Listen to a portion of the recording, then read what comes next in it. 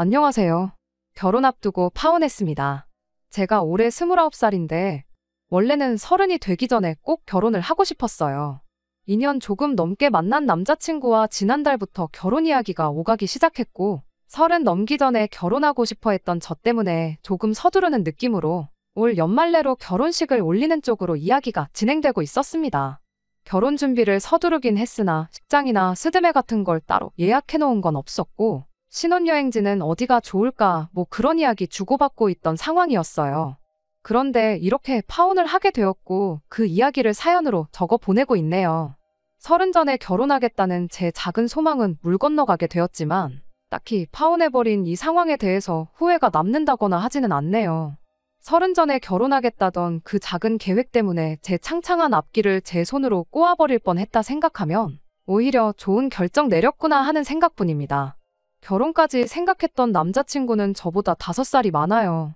하지만 그 나이 차이가 그렇게 크다고 느껴지지는 않았습니다. 남자친구가 똥안이라서 그렇다는 건 아니고요. 처음에는 그게 성격이 잘 맞는구나 생각했었는데 남자친구의 가족관계를 알게 되니 왜 그렇게 느꼈는지 딱 알겠더라고요. 남자친구의 가족관계에 대해서는 결혼 이야기 나오기 직전에 남자친구가 말해줘서 알게 되었습니다. 남자친구 위로 누나가 한 명 있어요. 사실상 이 파혼의 결정적인 역할을 한 예비신우이지요. 남자친구가 집안의 막내이기도 하지만 늦둥이이기도 해서 이 예비신우와는 나이 차이가 13살이나 났습니다. 저희 막내 이모랑 비교해도 나이 차이가 얼마 나지 않는 사람이 내 신우가 될 수도 있다니 솔직히 그땐 까마득했어요. 심지어 결혼도 일찍 해서 예비신우한테 딸이 한 명 있는데 20대 초반으로 대학교까지 다니고 있다는 말까지 들으니 아찔하더군요. 남자친구는 그런 저를 보고 누나가 엄청 좋은 사람이라고. 따지고 보면 누나도 누나네 시댁에선 며느리 아니겠냐. 거기에 딸 키우는 엄만데 걱정할 게 뭐가 있겠냐며 걱정일랑 할 필요가 없다고 말을 하더라고요. 그러다 하루는 그렇게 신경 쓰이면 먼저 한번 만나보자고 하면서 자리까지 만들게 되었지요. 그래서 처음 예비신우랑 만나게 되었습니다. 첫 인상만 두고 보자면 남자친구 말대로 제가 너무 사서 걱정을 했나 싶었을 정도였지요. 하지만 한 번 봤다고 해서 그 사람을 다 파악할 수 있었겠나요? 그 자리에는 예비신우뿐만 아니고 예비신우의 딸, 그러니까 예비시조카도 같이 나왔었어요. 예비신우가 딸한테 너 맨날 언니 있으면 좋겠다고 했었잖아 하면서 저랑 친하게 지내라는 식으로 이야기를 했지요. 쭈뼛거리는 게 내성적인 성격처럼 보이긴 했는데 그래도 또 요즘 애들이라고 하고 싶은 말은 다 하고 자기 의견 말하는데 거침이 없던 아이였어요. 아무튼 그날 저도 예비신우한테 제 소개를 하면서 제가 일하고 있는 회사라든지 이런저런 이야기를 나누게 되었는데 예비시조카가 저희 회사 이름을 듣더니 눈이 반짝반짝 빛나더라고요. 알고 보니 예비시조카가 학교를 관련 전공으로 다니고 있었고 또 저희 회사가 그쪽 방면에서는 이름이 있는 회사다 보니 당연히 관심이 있을 수밖에요. 예비시조카도 졸업하고 나면 저희 회사 다니고 싶다며 저보고 참 부럽다고 하더라고요. 그런 자기 딸을 보고 있던 예비신우가 저를 보더니 참 잘됐다고 하면서 저보고 우리 딸 졸업하면 올케가 힘 좀 써주면 되겠네. 우리 딸 취직은 믿고 맡기면 되겠나 하면서 말을 하더라고요. 그 전까지는 누구누구씨 하고 확실히 거리를 두고 불렀는데 예비시조카랑 회사 이야기 몇 마디 주고받고 나서는 저를 올케라고 부르기 시작했지요. 제가 저희 회사에 몸담은 지 햇수로 5년 차이긴 하지만 5년 차가 사장도 아니고 이제 막 대리직급 달고 회사에선 아직도 막내나 다름없는 취급받고 일하고 있거든요. 그런데 제가 뭐라고 감히 누구를 취직시켜주고 그럴 힘이 어디 있겠어요? 당연히 농담이라 생각했고 진지하게 받아들이지는 않았어요. 그렇다고 막상 그 상황에서 안 된다고 정색해버리면 괜히 제가 분위기에 찬물을 끼얹는 게 아닌가 하는 생각도 들었고 해서 둥글둥글 돌려서 제가 도와줄 수 있는 게 있는지 한번 알아보겠다 그런 식으로 대답하고 말았어요.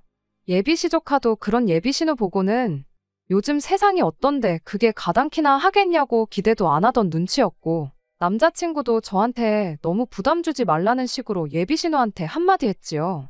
그 뒤로는 별다른 이야기가 없었고 분위기도 좋게 자리가 마무리되었고요. 그 뒤로는 예비신우랑 따로 만나거나 할 일은 없었지요.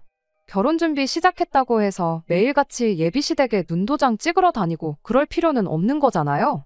당장 결혼식 연말에 올릴 생각하면 하루가 바쁜 시기였으니 더더욱이 그런 데다 시간을 쏟고 싶지는 않았어요. 남자친구도 결혼 허락 받은 뒤로는 저희 집에 따로 인사하러 오거나 그러지도 않았고 사실 그럴 필요도 없었고요. 그렇게 남자친구랑 짬짬이 시간 내서 결혼에 관련된 거 알아보고 뭐 그런 식으로 데이트를 하고 그랬지요. 그런데 하루는 모르는 번호로 저한테 전화가 오더라고요. 원래도 제가 모르는 번호로 오는 전화는 거의 받지 않아요. 일부러 전화를 안 받았는데 같은 번호로 계속 전화가 오는 게 그냥 광고성 전화가 아닐 수도 있겠다 싶어서 결국 전화를 받게 되었습니다. 전화의 주인공은 예비신우였어요. 안 봐도 뭐 남자친구가 제 전화번호를 알려줬겠지요. 어떻게 제 번호를 알았는지는 궁금하지도 않았지만 전화 내용 자체는 참 당황스럽고 어이가 없는 내용이었습니다. 이미 전화 받자마자부터 왜 이렇게 전화를 안 받냐는 식으로 짜증을 내기 시작했거든요. 처음 봤을 때랑은 180도 다른 말투로 계속 저를 다그치더라고요. 그때 알아봐주기로 했던 우리 딸 취직 자리는 어떻게 돼가고 있는 거냐고. 약속을 했으면 가타부타 진행 상황이 어떻게 돼가는지 보고를 해야지. 3주 동안 아무 연락도 없을 수가 있냐며 성질을 내더라고요. 그때 그냥 농담 삼아 지나간 이야기로 알고 있었는데 예비신우는 마치 제가 예비신우를 취직시켜주겠다는 식으로 그걸 진심으로 받아들였었나 보더라고요. 그런 질문을 들으니 솔직히 뭘 어떻게 대답해야 하고 어디서부터 설명을 해야 할지 막막했어요. 좋은 게 좋은 거라고 끝까지 제대로 설명 안 했던 내 잘못도 있겠구나 싶어서 차라리 전화로 오해를 풀어줘야겠다 하는 생각이 들어서 솔직하게 대답을 해줬어요.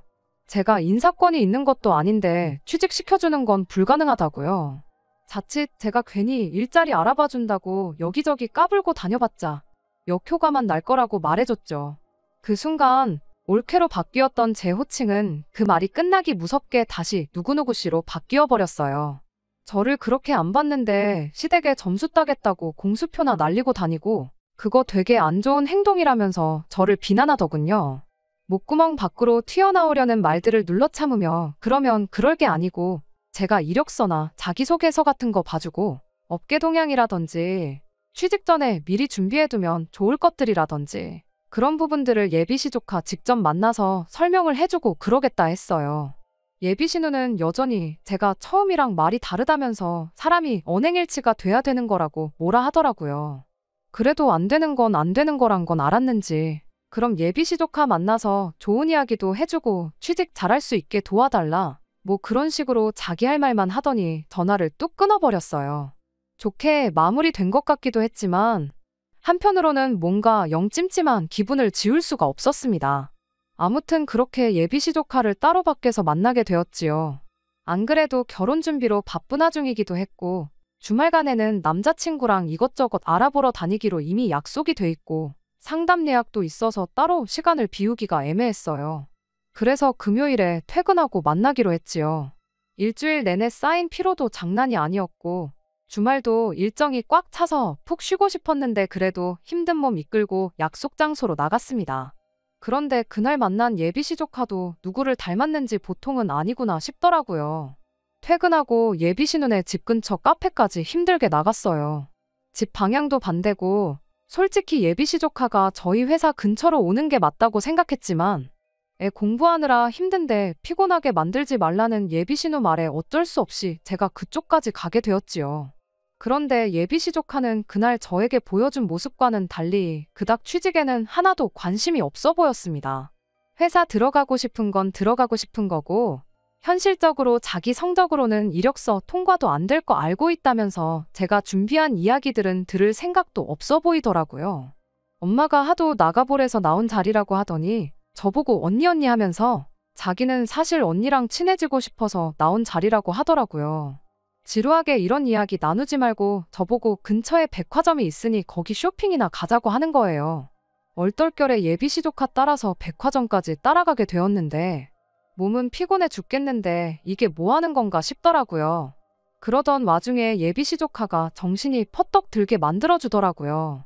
구경 다니다가 어디서 한 장에 26만 원이나 하는 티셔츠 한 장을 들고 와서는 저보고 그걸 사달라고 조르기 시작했거든요. 언니 언니 하면서 애교까지 부리면서 말이에요. 아직 제가 뭐 결혼을 해서 이 친구한테 나이차 많이 나지 않는 숙모가 된 것도 아니고 하니 호칭 같은 건 딱히 상관 안 했어요. 하지만 애초에 저를 보겠다고 자리에 나온 목적이 저한테 티셔츠 쪼가리 한 장 얻어 입겠다고 나온 거라는 걸 알게 되니 열이 받지 않을 수가 없었어요. 그 26만 원짜리 티셔츠 한 장 사주는 돈이 아까워서는 아니고 참 사람이 무례하구나 싶었거든요. 지치고 피곤했던 제 몸 상태는 둘째치더라도 저는 최대한 도움을 주기 위해서 이것저것 알아보고 왔던 상황이거든요. 실제로 성적표가 안 좋아도 관련 자격증이라든지 공모전이라든지 외국어 실력 같은 것만 가지고도 회사에 취직 성공해서 다니고 있는 직원들도 몇 있어서 어떻게 준비하는 게 좋을지 그 사람들 붙잡아가며 물어본 고생까지 생각하니 저도 모르게 터져버리고 말았어요. 그렇다고 제가 욕을 했다거나 그런 건 아니에요. 말이 좀 세게 나가긴 했어요. 정신 차리라고 바쁜 사람 불러다 놓고 이러는 거 솔직히 보기 안 좋다고요. 이러나 저러나 결혼하게 되면 내가 아가씨 언니가 아니고 숙모가 되지 않겠냐 하며 호칭도 한번 정리를 해줬어요. 그리고 여기서 이럴 게 아니고 나도 해야 할 건 해야겠다고 예비시조카 백화점에서 데리고 나와 근처 카페로 향했습니다. 그리고 원래 목적대로 알려주기로 한 것들 다 설명해줬지요. 따놓아야 할 자격증이나 영어시험 점수라던가 해서 제가 알아온 것들 하나씩 설명해주기 시작했어요. 그런데 예비시조카는 관심이 전혀 없다는 듯 너는 떠들어라 하는 식으로 지루한 표정을 짓고는 핸드폰으로 아까 보던 옷 구경이나 하고 있더라고요. 그래서 또 한마디 했어요. 내가 여기 나온 거 너네 엄마 부탁으로 온 거다. 우리 회사에서 일하고 싶다고 말한 건 너 아니었냐. 이러는 거 진짜 예의 아니고 그런 식으로라면 우리 회사는커녕 그 어떤 회사도 취직 못할 거다. 내가 사장이라고 해도 너는 취직 못 시켜준다. 졸업까지 정신 똑바로 차리고 공부 열심히 해라 충고를 해줬습니다. 제가 좀 화를 내니 그제서야 듣는 척을 하더라고요. 그렇게 설명할 거 다 설명해주고 배고파 보여서 밥도 사주고 집에 가서 예비신우랑 먹으라고 빵이며 이것저것 사서 돌려보냈어요. 그러고 집에 돌아왔는데 저녁 10시가 훌쩍 넘어 있더라고요. 원래는 다음날 남자친구랑 만나서 준비할 것들 미리 인터넷으로 조사 좀 해볼 계획이었는데 조사고 뭐고 그냥 드러누워 쉬고 싶더라고요. 그래서 씻고 나와 소파에 엎어져 있었는데 전화가 한 통 오더라고요. 예비신우였어요. 고생했다 수고했다는 말 듣자고 받은 전화는 아니었는데 전화 받자마자 예비신우가 저한테 고함을 치기 시작하더군요. 대뜸 한다는 소리가 누구누구 씨는 시댁 알기를 얼마나 우습게 알길래 벌써부터 태도가 그딴 식이냐고 저한테 뭐라 하더라고요. 요즘 사람답지 않게 참하고 예의 바른 사람이었는데 이제 보니 앞뒤 다르고 아주 두 얼굴에다가 개념이 없니 어쩌니 하면서 짜증을 내는데 수고했다 한마디 들어도 모자랄 판에 싫은 소리부터 쏟아내니 이유가 뭔지 알고 싶은 것보다 저도 화가 나기 시작했습니다. 그래서 저도 퉁명스럽게 뭐 때문에 그러시냐 대답했지요. 그랬더니 예비신우는 아직도 네가 뭘 잘못한 건지 모르냐면서 제가 예비시조카한테 너너거리고 반말하는 게 맞는 거냐면서 성질을 부리더군요. 애 취직시켜달라고 보내놨더니 아주 애를 기를 죽여서 돌려보냈다고 그게 말이나 되냐는 거예요. 결혼 전인데도 이렇게 시댁 식구들 어려운 줄 모르고 나이 좀 많다고 사람 하대하고 그러는데 결혼하고 나면 아주 볼만하겠다고. 멀쩡히 있는 저희 어머니까지 들먹이면서 너네 집에선 가정교육을 그렇게 하냐며 고래고래 고함을 치더라고요. 그냥 말했어도 충분히 어이없고 열받는 상황에 아무 상관도 없는 저희 어머니까지 걸고 넘어지니 저도 참을 수가 없더라고요. 그래서 형님 많이 흥분하신 것 같은데 다시 한번 무슨 일이 있었는지 따님한테 자초지종 제대로 다시 이야기해보라고 하고 그리고 다시 전화를 주던가 말던가 하셔라 하고 전화 끊어버렸어요. 그랬더니 다시 전화가 와서는 어른이 말하는데 말이 그렇게 기냐고 저보고 버르장머리가 없다면서 그걸 걸고 넘어지더군요. 저도 이성적으로 대하기 힘든 상황이었고 저희 어머니의 더불어 가정교육 이야기까지 들었는데 더 통화했다간 아주 대판 싸움이 날 것 같아서 더는 할 이야기 없고 내일도 모레도 볼 일이 많아 이만 쉬어야겠으니 전화 끊겠다. 또 전화해도 안 받을 거다 말하고 전화 끊어버렸어요. 그 뒤로 전화기가 몇 번 더 울리기는 했는데 이미 또 전화를 할 거 예상해서 벌써 무음으로 돌려놓았던 터라 싹 다 무시해버리고 그냥 잠에 들어버렸습니다. 아침에 일어나 보니 전화가 10통은 더 와 있었어요. 신경 쓰였지만 최대한 무시하고 약속 장소에 남자친구 만나러 나갔지요.